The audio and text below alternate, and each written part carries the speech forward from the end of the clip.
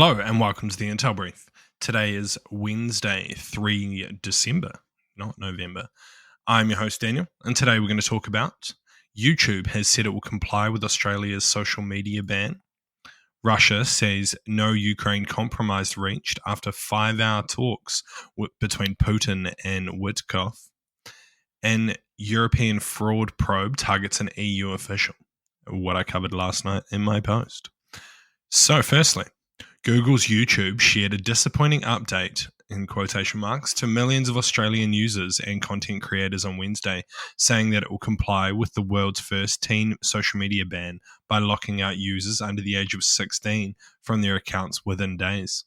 This decision ends a standoff between the internet giant and Australian government, which initially exempted YouTube from the age restriction, citing its use for educational purposes. Google, as in the Alphabet company, had said that it was getting legal advice on how to respond to being included. So what? This is tough because while I agree that YouTube does have a lot of educational content, it also has just a lot of crap, right? And it has a lot of just regular social media posts, like videos, posts, etc. So exempting it would create a situation for Australia where, other social media platforms such as TikTok might try and push saying that some of their content is educational, so they shouldn't be included.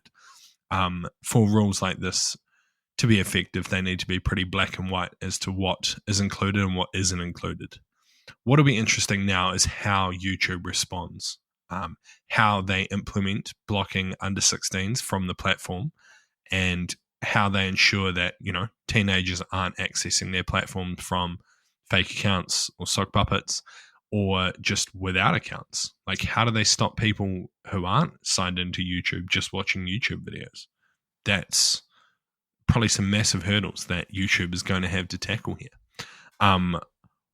What could be interesting is if they try and create a subsection of YouTube which is focused on educational content, similar to how YouTube Kids focuses on children's content. But I don't see that as being likely unless other countries start implementing similar social media bans. And next, Russia and the US did not reach a compromise on a possible peace deal to end the war in Ukraine after a 5-hour Kremlin meeting between President Vladimir Putin and Donald Trump's envoy, doesn't even name him, Steve Witkoff, the Kremlin said on Wednesday. Trump has repeatedly complained that ending Europe's deadliest conflict since World War II has been one of the most elusive foreign policy aims of his presidency.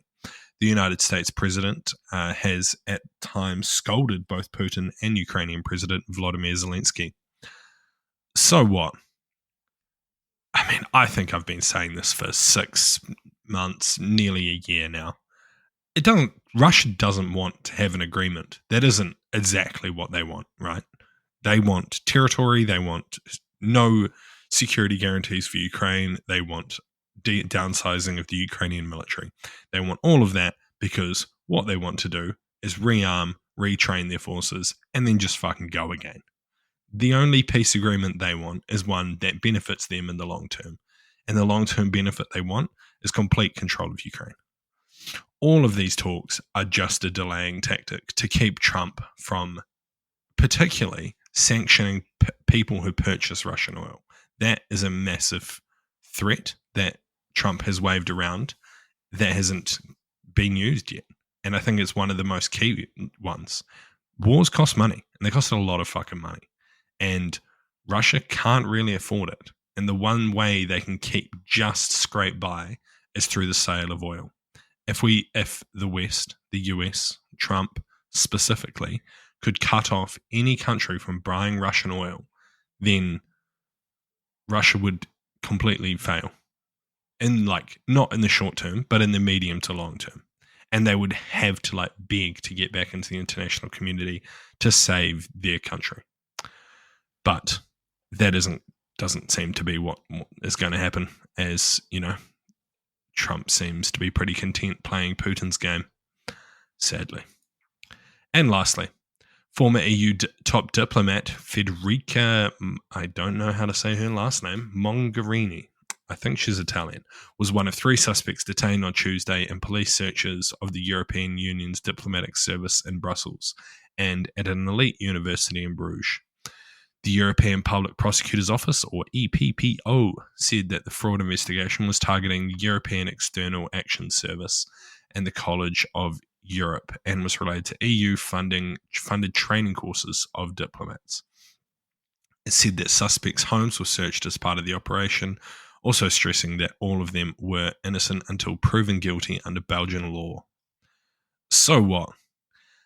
I kind of just wanted to highlight this story as, everyone has been absolutely banging on Ukraine for since this war started. It's one of the biggest things they have against Ukraine around corruption, right? Corruption is just human nature. It's fucking bad and needs to be persecuted and prosecuted to the highest degree to ensure that all institutions are above reproach. But it is human nature at the end of the day. And this story highlights that even in the top echelons of the European Parliament, there is corruption going on. And there's probably other cases of corruption happening that haven't been found out or prosecuted yet. So yeah, I just wanted to point this story out as it's a bit of a, it's the other side of the coin. It's not Ukrainian corruption, which no doubt, absolutely, almost certainly, the highest degree of assessment you could give it is happening in Ukraine to crazy levels, I have no doubt. But it's also happening in the US. It's also happening in Europe. It's also happening in the UK. It happens everywhere. What needs to be done is finding it and prosecuting people who commit it. That's what I think. Anyway, that's been your Intel Brief. I've been your host, Daniel, and I'll see you again tomorrow. See you.